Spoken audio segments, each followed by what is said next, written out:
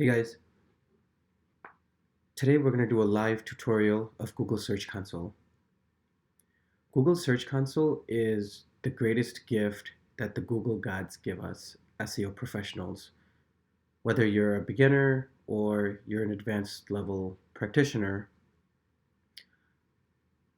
this is a tool, a power tool that just keeps evolving and giving us more over time. Uh, but the problem is that not a lot of people know how to really fully leverage it. And so in the SEO Signals Lab group, I often see people ask if there's a good tutorial out there. I haven't found one, and so I decided to just make one, sharing kind of the process and perspective that I have as I, have used it for my own sites, for client sites, for large retail sites. Um, and so I'm just gonna do like a very organic, just drive through of the dashboard here. That's the Google Search Console, and just kind of walk you through, the different things that are available here for us to kind of look at. And then, so just a disclaimer: this is sensitive information. Please don't share it. Uh, I think a lot of people don't, a lot of experts don't create these very in-depth tutorials because they have to expose some of this data. And but this is a passion project of mine, and so I'm only really sharing this out of transparency because I don't care too much.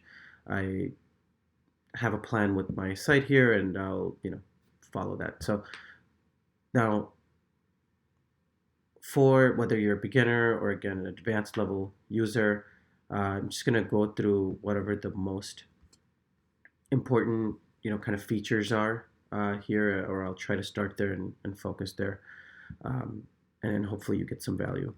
So this right here, first I'll start here. So if I'm looking at my current site, notice I have two GSC properties set up.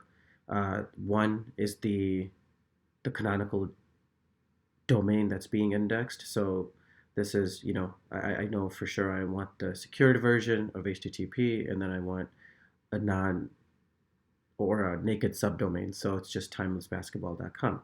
But I've also set up a domain property uh, at the domain level of timelessbasketball.com so that if Google finds any other subdomains or other URLs that are not listed under this individual property, then I have visibility into that. So, and things like that happen all the time where staging sites or other, you know, just subsites you might have show up here that you might not necessarily know about. And so I always look to try to keep a one-to-one, all the data between the individual and the domain level property. But if you do have historically multiple subdomains or the HTTP version of the site, this will aggregate it for you. The domain property will aggregate it for you. So if you,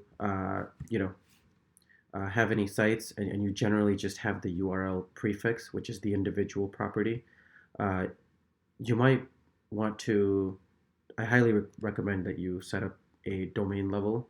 Um, Again, it's a little bit more complicated to set up, but it's worth it. So work with your devs especially to have them do this DNS verification. Um, so now we're going to look at this individual property here. That is timelessbasketball.com. This is the overview page. This is a new feature that Google's been kind of introducing and adding to in the last 6 months or so. It gives just high level insights, right? Top 10 pages or top 10 trending searches uh, for your site. It's more for non-professionals. I'd say a lot for like creators who don't really care too much about the technicals, but they just want to at a high level see what's going on. I don't know if even they'll find that useful. It looks too basic and introductory for me, this report here. So I'm just going to leave that alone for now. Performance. Uh, so this is the the bread and butter of GSE and kind of the whole foundation and the main reason you want to come here if you want to, even if you ignore like everything else that's provided here for you. So we'll take a quick look at, well, maybe not a quick look. This is where we really want to get into the nitty gritty. So we'll go through these two sections in depth. And one thing I'll just say, so Google Discover, uh, think about it as a like a social media feed where people aren't actively searching, but they're getting a timeline or a feed thrown at them by Facebook, Twitter, Instagram, whoever. This is Google. The way they try to do it is on. So if you have an Android and you click on the Google app, which you would think takes you to the Google homepage to do a search, and it does. But unlike Google.com on the web, where it's just the main, the single page with the single search bar and the single CTA and right, like that on mobile is different because now underneath below the fold you have all of this like just discover content, and it's all based of like where you're browsing in the Chrome profile, right? So if I'm here, I'm signed in as with my email, everything that I like browse, whether on my phone or on my computer, it's all going to factor that in, and I'm going to get all this related content. So for me, or for you, if you have sites where content um, like is just important for people to see at different touch points, and you happen to have topical or trending, real world, real time content, then you definitely want to just keep an eye on Discover because you can just see which page specifically. You don't get much more than that, but all you do get is which page is getting those impressions. But generally these have a high CTR. So when those impressions do happen, when people actually do take the time to scroll through that Google homepage, um, they tend to click these a lot compared to organic search results. So again, there's really no way to actively try to get here, but if you're focusing on uh, trending related content that just might um, warrant the attention, and Google thinks you're good enough or interesting enough, you might just get a nice influx of clicks here. Uh, there's the coverage report. This gives you all the errors and issues that are things that are wrong with your site, things you might not really pay too much attention to, but there's a lot of dots that you could connect here to really understand how Google is indexing and crawling your site. So really nothing to do with the rankings here, but it's about site health, it's about stability, it's about doing the right things and seeing a lot more green in here than you would the reds and the yellows. Experience. So this is, and kind of in the, it's past the ground stage now. Google trying to incorporate more and more user experience signals into the algorithm, however small it may be. So in the experience piece here, we got page experience, which is basically just Core Web Vitals plus mobile usability. So just these two types of all the metrics that are within these two show up in this aggregated page experience report, um, where you can see how many of your URLs are getting uh, Google is thinking are good in terms of Core Web Vitals scoring. So here you can see that my site here is only about a year old. Again, it's just like a little passion project that I do plan to eventually grow more actively. But for now, I'm doing kind of some of the foundational things like site speed and just making sure that without putting too much investment into it, just getting a good theme with, good image optimization, image loading, caching, etc. Uh, that those will just help me build that kind of strong and foundation for speed.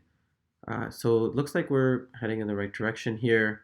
The way you want to interpret this total number of impressions of those good URLs, This does not mean that, my site speed improved and all of a sudden I got 31,000 new impressions on my site.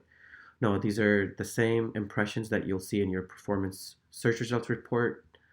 These just happen to now be URLs that Google deemed as good because they're, you know, last like 30 days or 28 days of the average load time that all the users had coming from anywhere in the world on any device, um, or any type of device, mobile phone. All of that is represented here and aggregated. And so it's just saying that these are the good URLs and they're responsible for driving 31K impressions. So great. I think the main thing here is just knowing that you're in the green. Um, the usability, so there's a couple failing URLs. They probably just have some, small image or text too small or content is, you know, overlapping the width of the screen. So uh, all of these can be, they're likely, just single pages, so I can figure those out. Um, but you can see at a high level, you don't have a template-wide, site-wide issue. You have some isolated issues on just a few pages. Um, so this right here, I don't want to touch too much into this today. Core Web Vitals, this is, I think a lot of us already know how to use this. Um, but okay, so let's just go back to the overview tab, and then we'll go into the search results performance report. So this right here is the ultimate gold mine, right? Here you can find out, you can create an entire business plan with this report here if you have a site that has any, even 6 months of historical data. Um, and so if you have at least the last 16 months, and if you're like an enterprise level site, or you're even like a small established business, even then you could use the insights here to create your 1 year roadmap, 2 year roadmap, or even 5 year roadmap. You can create content calendars of new ideas and existing ideas to upgrade your content that's already kind of proven itself a little bit, um, but to really make it, take it from good to great. Those types of opportunities are unleashed here. Uh, Creating topical clusters, right? If you wanted to create very strong, very tightly linked uh, pillars of content, which were all kind of built, and there was a strategic keyword focus. You can do that. You can create those, identify those keyword clusters, and create those actual content pillars on the site that are going to really accelerate your growth. And those are the types of techniques that are going to, really future proof your rankings against even Core Web Vitals, because the strength of the internal linking and the quality of the content there is very, hard to match. And so these types of things, you can get these insights from all kinds of third-party tools like Ahrefs and other keyword research tools. Um, but there is no tool better than a first-party data tool.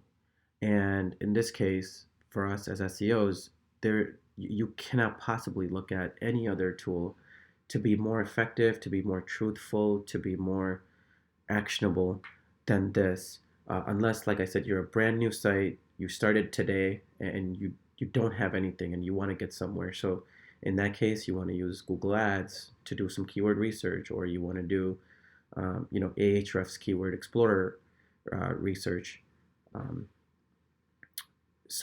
but for everyone else, if you have this data, uh, I've had clients who only had maybe like less than 100 clicks in a month, with just maybe 1,000 or 2,000 impressions. But just those keywords that we were able to take and say, okay, let's build on this and let's just keep compounding our content efforts. Like they grew into 5-6 figure monthly page view sites, just kind of following that formula of success. Um, and so the other few things that I wanted to call out here that I notice a lot of people don't do, and they're small nuances, but I think they're important. So Here, first, let's look at the types of search results that Google wants to give you insights into. If you're an entertainment or a news media website, all four of these are critical to you, right? You got organic web results, you got image results, you got video results, and then you have your news articles. And so you could really narrow it down to any one of those and really look for those gems and insights on what to do next. But we're going to focus our effort today on the web piece. This is really everything. So the other thing to call out here is the dates. So, if you remember before 2015, Google Search Console was Google Webmaster Tools. How we all miss it, but it was, for how great that tool was to a lot of us, it was very limited in what Google actually gave you, right? Remember, you only had 3 months data, so it used to, just like today, it's a rolling, the data rolls, and so you're always, no matter what day you pull it up, you're going to see the most recent 16 months, uh, or 69 weeks, right? And then but in the past, it used to be only 3 months rolling. And so you had to do a lot of either manual data storage or use the API, even which back then was not even really a thing. And so now Search Console's come out. Google's given us the last 16 months, which is amazing. It's so much information, uh, and if you actually can, if you're a business that really believes and invests in GSC, then it's a no-brainer for you to pull the data through your Search Console API, and Google will give you everything. It's not like GA where you get sample data. Like Google will give you literally down to every impression, and uh, so you can aggregate it and you could store it for years and years and years, which we've done and seen, again, really good insights when you look over, a 2-year view or a 5-year view. So uh, that's just the date range itself. And then now comparison. So I know a lot of people, like when you see the little charts, people talk about case studies. Look, I grew my traffic last 90 days. It's great, but also for a lot of sites that have history, you can't just look at previous dates, month over month, week over week. You have to, if you truly want to show me that uh, your efforts proved off, and you want to show me that you incorporated seasonality and other fluctuations that could happen, like even down to the day of the week, right? So show me year over year, and then show me like calendar day to calendar day. So if I do uh, 5/02 2022, I'm going to go back and I'm going to match it up to the day of the week. So I know that was a Monday, and this right here, Monday is the 3rd, right? So generally it's just like -1 or +1, and then to last year. So I try to just like, right, like do that, um, just to quickly like get the dates. But if I actually had any historical equity here, if the site was live before mid-May last year, you would see all of that information, in terms of the clicks and impressions and whatever I'm looking at right now. So that year over year view is going to weed out a lot of the noise and truly tell me if there's growth or if there's just other factors showing the different peaks and valleys. And so I think this in a business setting is always going to be the most meaningful as well, because companies look at like down to in some cases, at the daily level, if not the weekly level, and definitely the monthly level. So you want to make sure this all aligns with your sales cycles right during the week. Um, and so if you have weekends, Saturdays, Sundays that are down, you want to make sure that, like when you're looking at the graphs, Monday's spike isn't on the same line here as the Sunday before. And so, very small thing, but it does matter. And so, in comparison, so because you have 16 months, you're able to do the last 4 months versus the same 4 months prior year. So, what I'll do is here, this bottom left one, you can see how far back it'll go. And you can see that January 30th is the last day that I have in GSE for that data. So now I'm going to do just in 2022, I'm going to align that with, I believe that's going to be January 29th. Yep. And then this looks good. So if I did that, and again, if I had that history, I would have 4 months comparing against each other and looking at it each day of the week as well. Okay, so that's the comparison, and again, this will tell you a lot of things, right? Like in the most recent 4 months, what things were specific and seasonal to that time period, and so next year in anticipation, what can I prepare for in terms of content creation and content upgrades, so that during peak seasons I'm able to uh, get the most preparation for ranking those very topical and very timely queries. Uh, so let's. I think this all makes sense now. I think you guys already know this, but going into here, this is a filter. So this helps you, uh, uh, you know, break some of the limitations that you get with Google Search Console. So right now, as you can see, basically you have a limitation in the Search Console for a max of 1,000 rows. Maybe Google will expand this and be more generous with this number of records that they'll show you here. But there are ways to still get that information today uh, without limiting yourself to the 1,000. So what you want to do is, or one way you can do that is by filtering or adding filters, right? So if I want a specific, let's say I don't want to do branded queries. Imagine that in the 1,020 rows below, 500 of them were my brand queries that included the word timeless.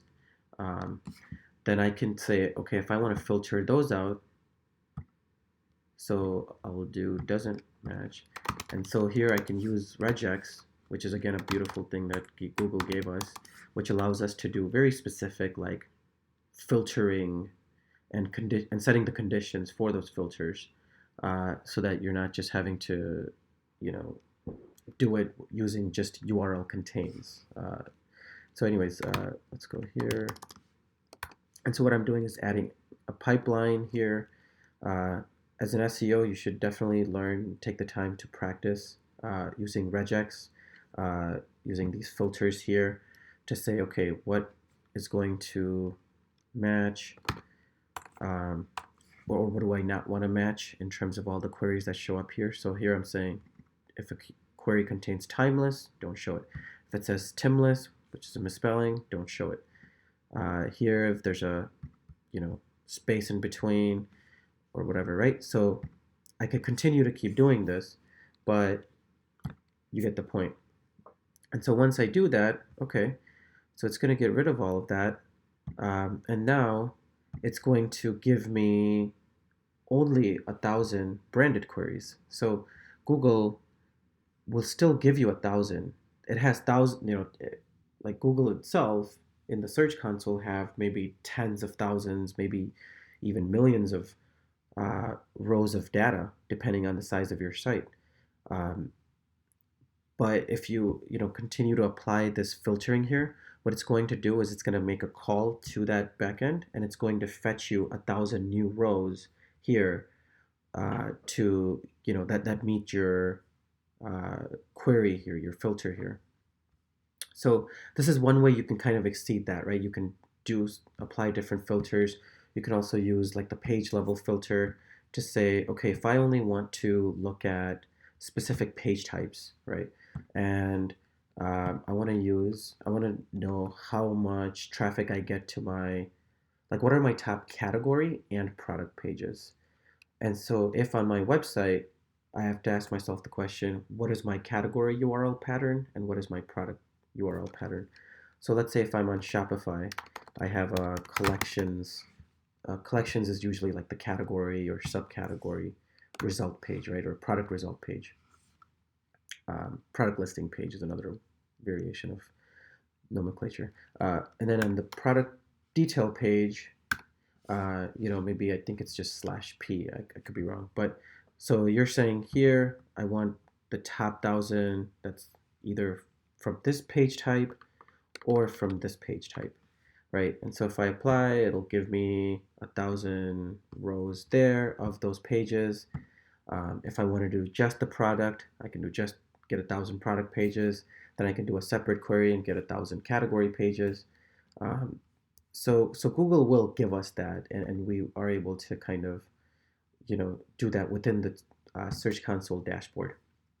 But now, where it gets really powerful is so let's say if you don't have those dev resources, what I recommend is you set up a Google um, Sheets extension called Search Sheets for Search Analytics for Sheets. Where is it? Yeah, Search Analytics for Sheets. You open the sidebar here, and it's going to just give you, you find your site, you set your dimensions here, and then you can actually set this to say, okay, I want 1,000 rows, or I want 5,000, or I want everything, or I want some other custom number, right? Your everything could, depending on the site, it could be 1,000,000 or more. So you don't want to do this. You might just want to do 5,000. To get a start, and then you can keep adding, right? So once you do the 5,000, you can then add another 5,000, um, right? So I can set active sheet, um, right? So let's do a quick example here. So let's do timeless basketball. I can do it again the domain level, or I can do the current individual property. We'll just use default, and then I want queries, and then no filter here. I want this. Oh, this all looks good. Okay, so I'm gonna request this data. So this is one way you can use this. And so if I look now, let's see. Yep, see, so I got 5,000 queries. And some of them, obviously all of these have no clicks, but they have, even one impression, right? If you showed up, if a user saw you, Google has that information, and they're willing to give it to you. You just have to ask for it in the right using the right tool. The other tool that you could use is SEO tools for Excel. That one's even more powerful than this because you can set up like configurations. So if you want, queries, it's tied to specific pages, and you want not only 5,000 rows, you want like however many 25,000. It will do all of that, um, and so you could just leverage the API to get as many rich insights as you could possibly imagine.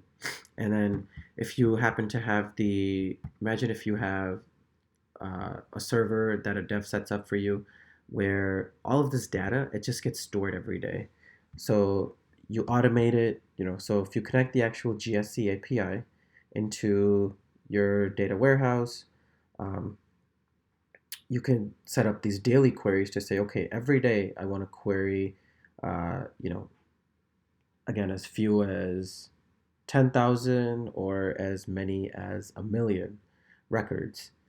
Uh, Again, this is where the big data piece comes into play if you're a large organization and you really want to take everything that Google uh, has for you. Um, Besides your storage costs, your computing costs, and your setup costs, uh, this is just you're owning the data, right? So if you're if you work for a company and you want to make a case, like tell your boss you want to own this data because you don't know how long you'll have it. And so you might as well get it, store it, and when you really need it in the future as your competitive edge, you will have so much historical data that you won't know what to do with. Um, and so, create that option for yourself. So going back to here now, so we have queries. This right here, again, you can, as an SEO, you can think of, you can go down and start looking at all the different ones that are driving you traffic. So you're like, okay, I know these topics have proven to work for me. And Google is, saying that there's a level of trust here. Okay, so I'm going to now build on that and continue to add more, uh, really expand the clusters, right? So how am I going to do that? I'm going to look at impressions. I'm going to see, okay, what are all of these things that I'm getting the impressions for, but that I'm not necessarily getting the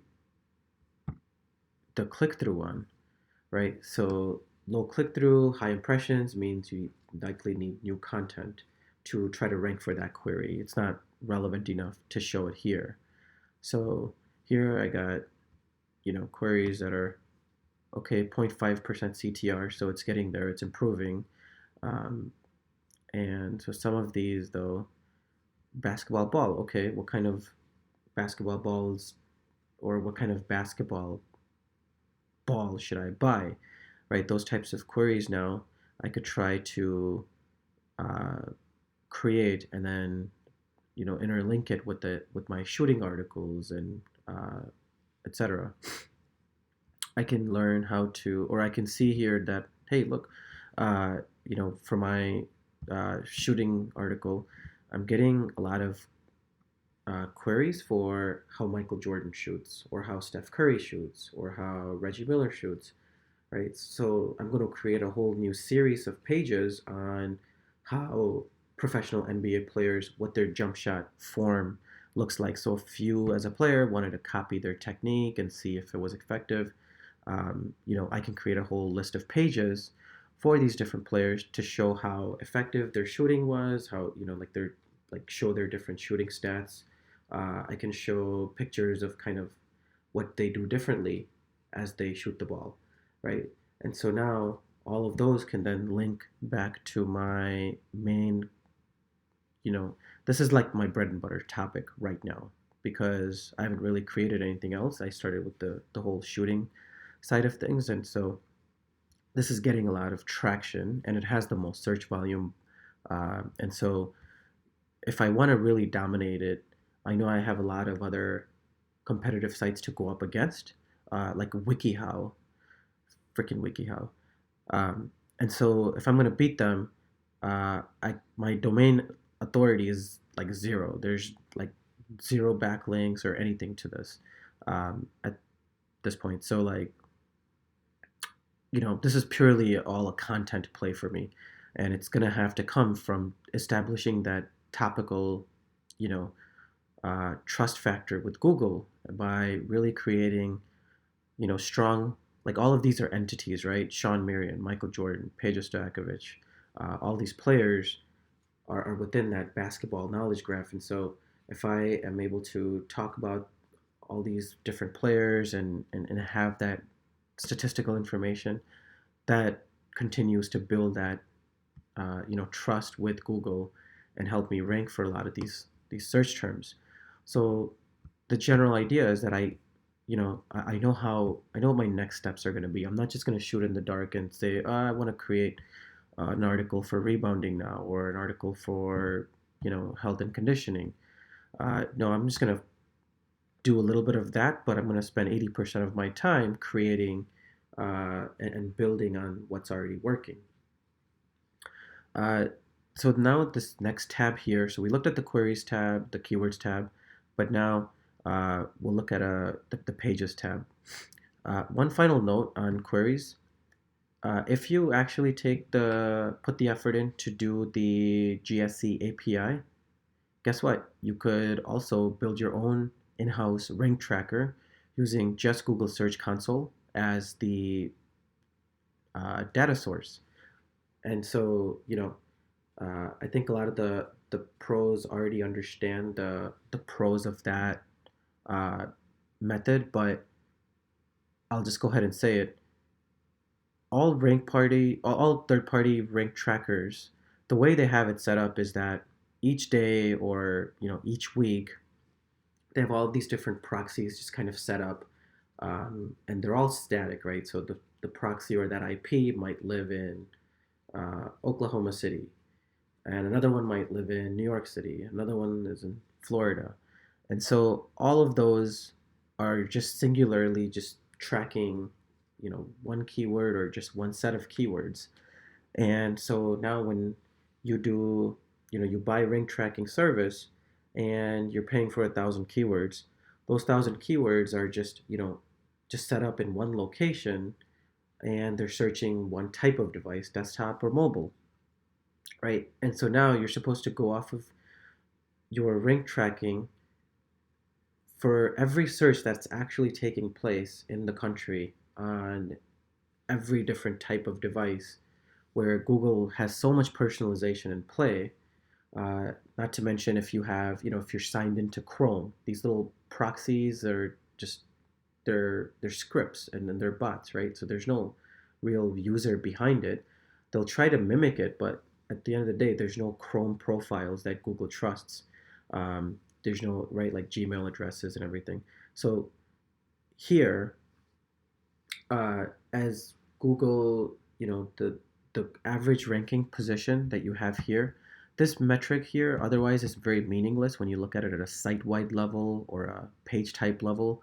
But when you look at it as an individual query level, and you even break it down to say, okay, I want to know how this page is trending, but not on all of these URLs, but just this one.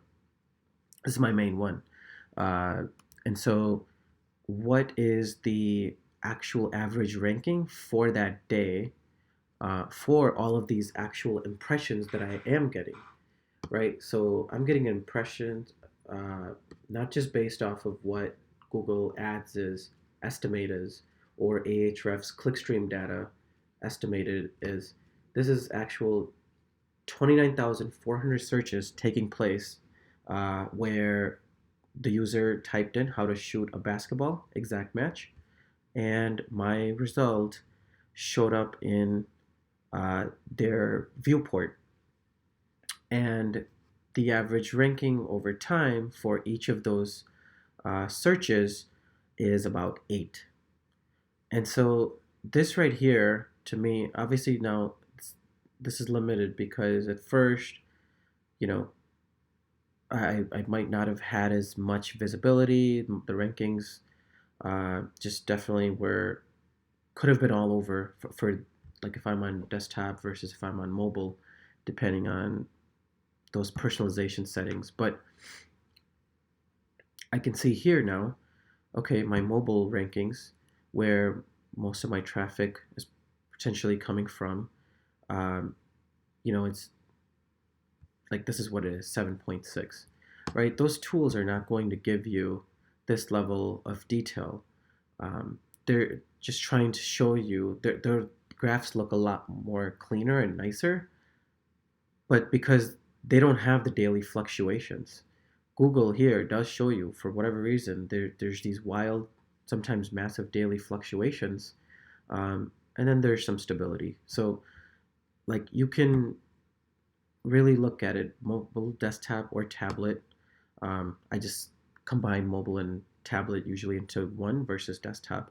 And also, this is where, right, like you have um, uh, all these SEO like reports and like these industry reports that get sold as like these case studies for the ratio of desktop to mobile users. And it's all aggregated stuff, so it doesn't really always apply to your business or your website. If you're in B2B, for example, desktop is still like 60 to 70% of the search. Uh, that's where most of our customers are coming from. But obviously, you have a lot of consumer or media sites where mobile is going to be 70 or 80%. Desktop might only be 20 or under. So you always want to be able to know exactly what your site, what your, um, you know, what that looks like for you. And so if I take off all my filters and just at a high level, I know I have 386K impressions, 200 of them are coming from mobile. That's about 65%. And then the other 45% is coming from desktop. So great. If I'm working organized like at a enterprise company, I can even make a nice little pie chart showing that breakdown, right? And it's not just made up. It's not coming from some third party. This is actually what it is in real time. Another thing to call out here, search appearance. So there's so much opportunity when with schema to be able to get special results or rich results in Google. And that's what a lot of us as SEOs, when we get into more like competitive situations with websites, you want to really think about how you maximize your presence on Google, not just how to optimize your content for higher rankings. You want to take over the entire search result, because if you think about all the different placements, right, that Google has, uh, you have ads. You have 4 ads at the very top, or you have Google Shopping ads. Then you have images. Then you have traditional blue links. Then you have news articles. You have videos. You have other just Google organic shopping listings. You have people also ask, right? And the list goes on. And so if you have recipes or tutorials or products, right? Those pages further qualify for special treatments within their blue listing. So now you can get rich, like the stars, reviews, ratings, votes. However, you're able to get that like user generated feedback. All of that with appropriate markup will get you those rich results.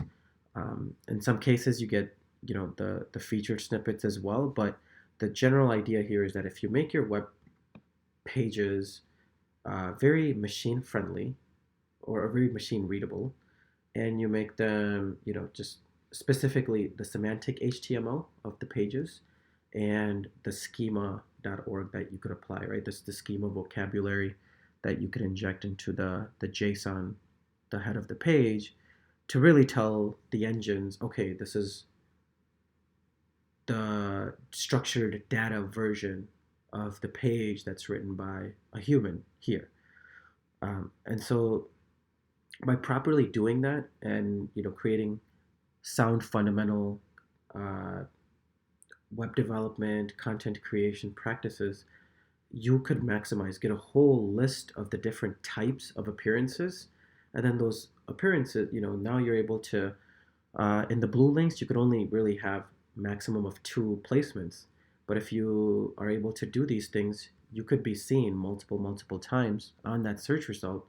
And so even if you get 1 click out of it, you might get 5 impressions to a user of your brand or your website. And so it's just good practice to really monitor this and see how this ties in with the all of your like just high level traffic. And again, what we want to note here is that if these pages, let's say these videos, right now we're seeing the search appearance. It's saying that there's almost 13,000. Uh, it's possible that without the schema, um, or actually, or it's in this one, the Google page experience, right? We talked about you might still be getting impressions on those pages, or if you have products, right? Sometimes you have third-party companies like Bazaar Voice or Power Reviews who are uh, really creating your review platform for your customers on retail sites. When the when the user leaves ratings, reviews, all of that automatically gets parsed in the schema, but sometimes the schema breaks. right, on those sites or with those platforms. And so you might still have pages that are still ranking the same, but they've lost the rich snippets. And so when that happens, they disappear from the search experience. Your product's number here might be much lower, and so you don't want to think that, hey, my uh, product page traffic is falling off the face of the earth.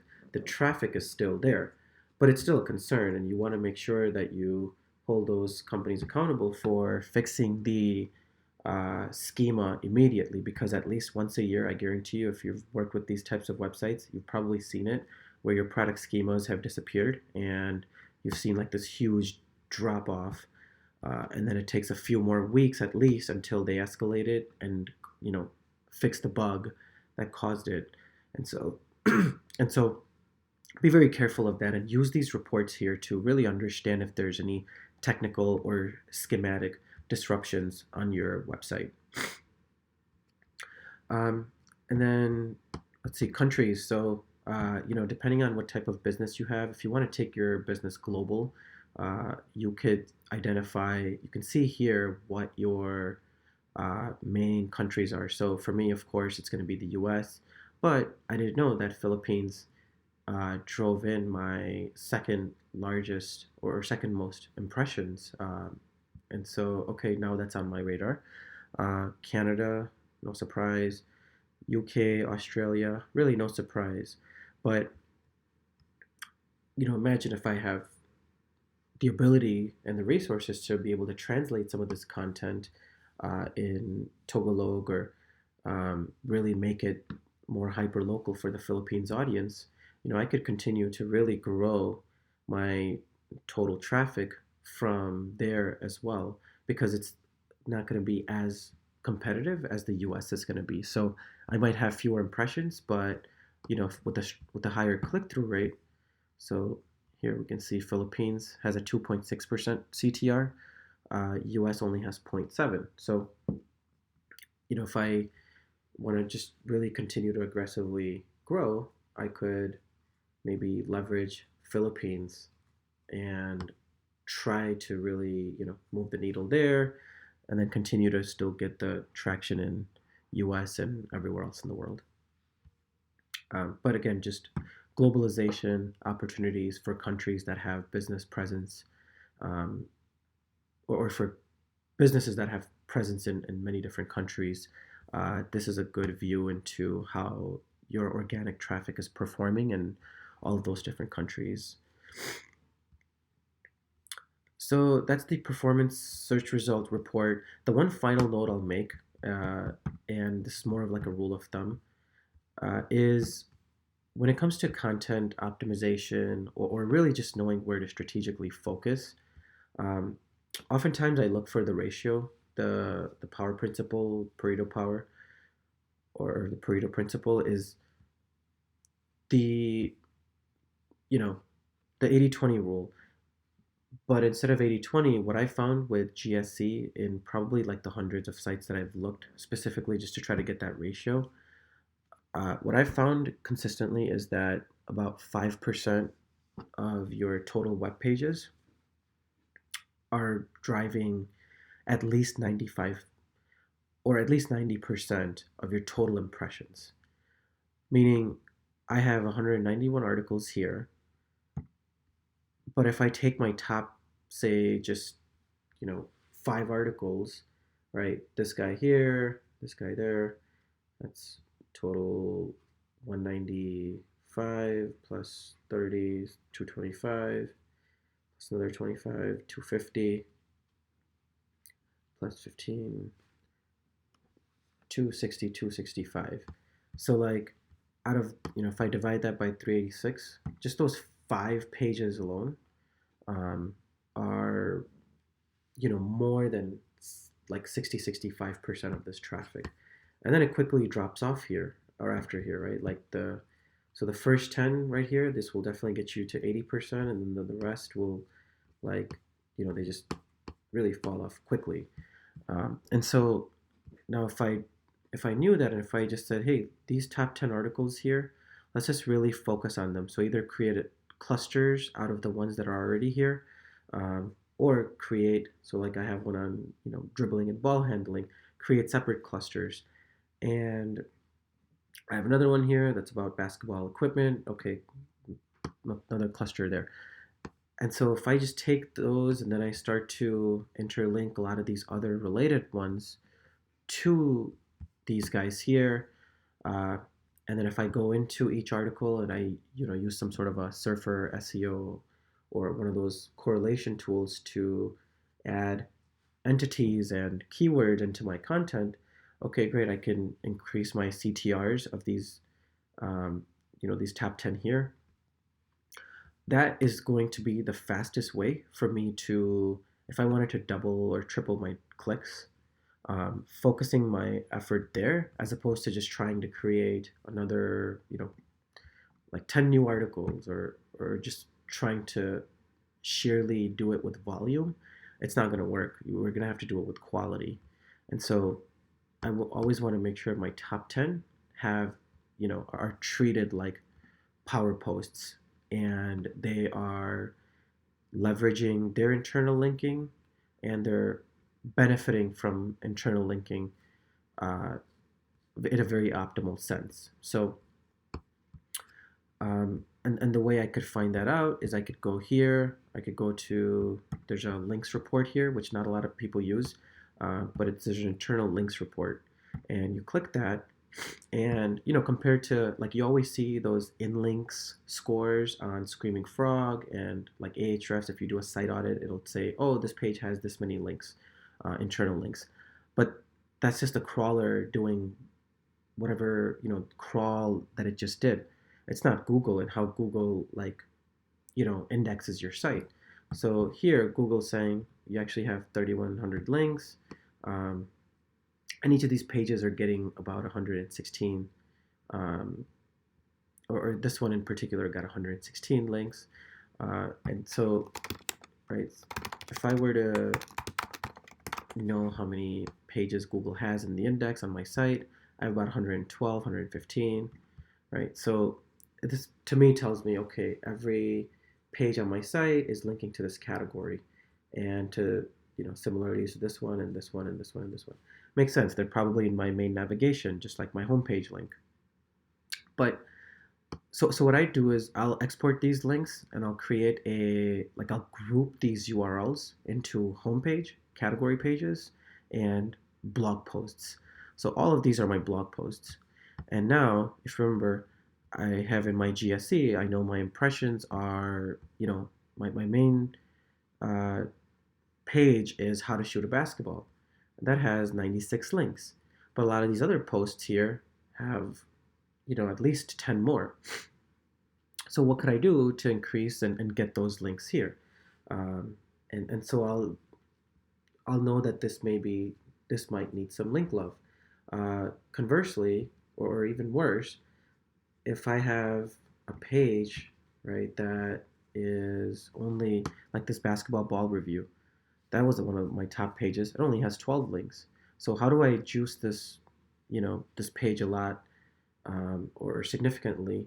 So I can join the data that I can export from here, and I can group it with my performance results report data, right? And so that'll quickly again help find those internal linking opportunities.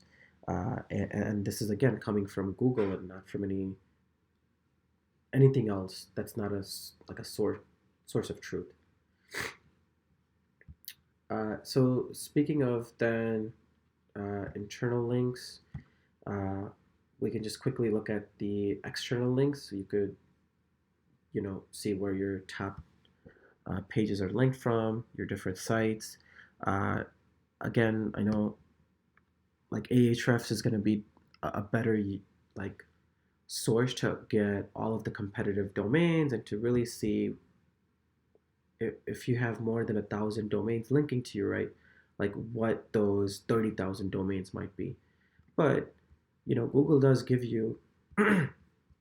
So again, I don't really have any links built here, but this is just random links Google's found on the web. But it's probably only going to give me 1,000 if I, fetch this data. I haven't figured out a way to API or pull, the full list of linking sites. I mean, if we did that, like that would be like the gold mine of backlink data, right? But we don't have that. So what we do have is 1,000. So with that 1,000, what you can do is, especially if, let's say your site is either stagnating or just continually declining, you can look in those 1,000 to find just junk looking domains. And then you can just make a list of those domains and run it through Ahrefs or other, tools to determine the like the link toxicity. And so if it has really low domain rating, if it has really, like if it's, uh, domains from like countries outside of the US, if it's just all those different things that you're like, okay, this is not really useful to me at all, and there's a chance that this is hurting me, or there's a high chance that it's hurting me, then I might want to disavow those. But again, you want to use that very cautiously and only have, an expert SEO professional help you through that process so that you don't shoot yourself in the foot. But also, like, just knowing that, hey, if you have other larger sites or authoritative sites that you might see uh, in here, you might want to find out how that happened, right? And see why they're linking to you. If there's if a journalist linked to your content, it might be good to put them on your radar and do some sort of a future outreach push to them. So uh, there's some intel that you can get from here for external, and in general, we should just keep an eye to see if Google expands the capabilities here, uh, i.e., they, you know, expand the 1,000 row limitation uh, to give you the full set of external linking sites uh, to your blog or your website. Then we have just kind of going through. One of the nice things that Google does now is that you know you're able to see a lot of those rich results that we talked about here and all the different errors. But you could run those tests immediately, like or right here on the um, in the Search Console interface, so that you can make any fixes that you need to if there's any issues, right? So being able to see these things right here um, is huge. Further, from a risk mitigation standpoint, you always want to be able to just keep an eye on any manual actions. So this is where somebody decided they don't like your site, and they want to ding you 50 points or whatever it is. They'll just derank your site um, off of page one. It's still in the search results, but it's like nowhere to be found. And so it could be at a page level, it could be at a domain level. These actions could very well, but they'll tell you all that information when you do get. It will be here, and I believe you are able to like dispute it.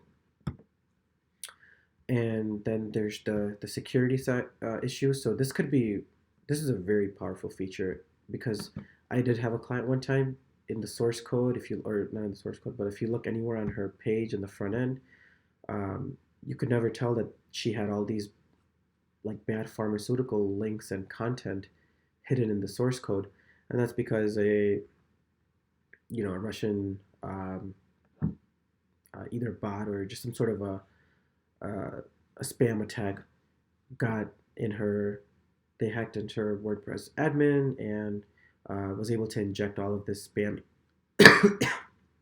excuse me, all of this spammy code, and so we were able to only find that once Google detected that here. And when it does detect it, we'll see that Google immediately will derank that site or that web page very significantly because they don't want to take any chance of like people seeing uh, content that's not family friendly.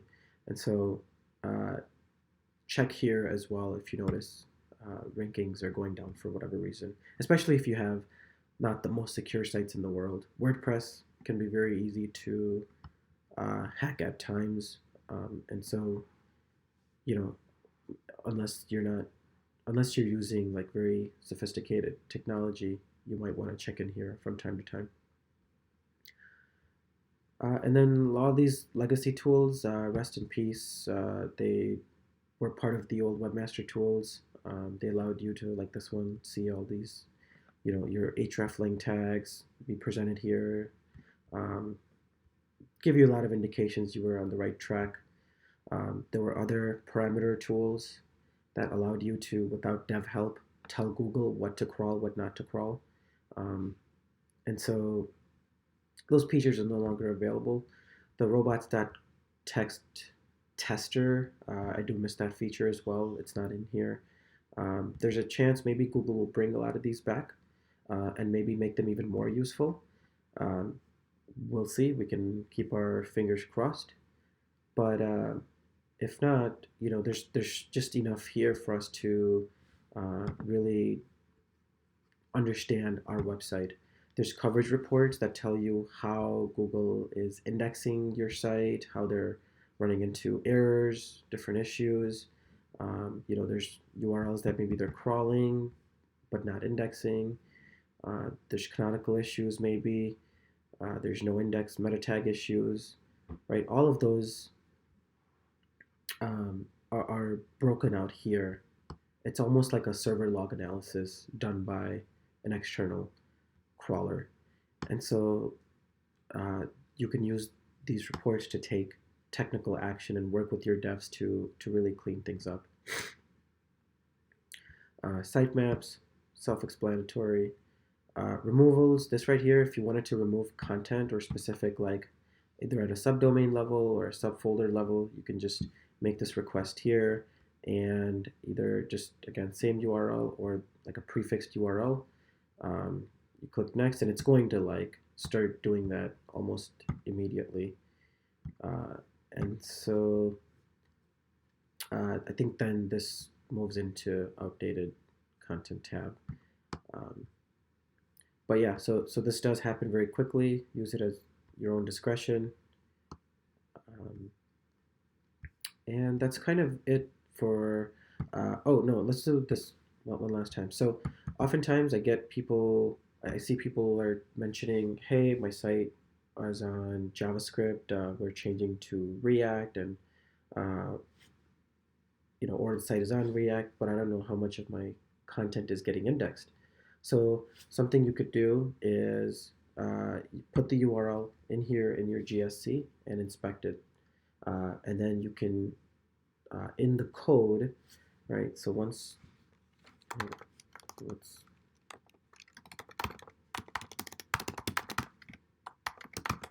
just pretend that this is a site that's on React, and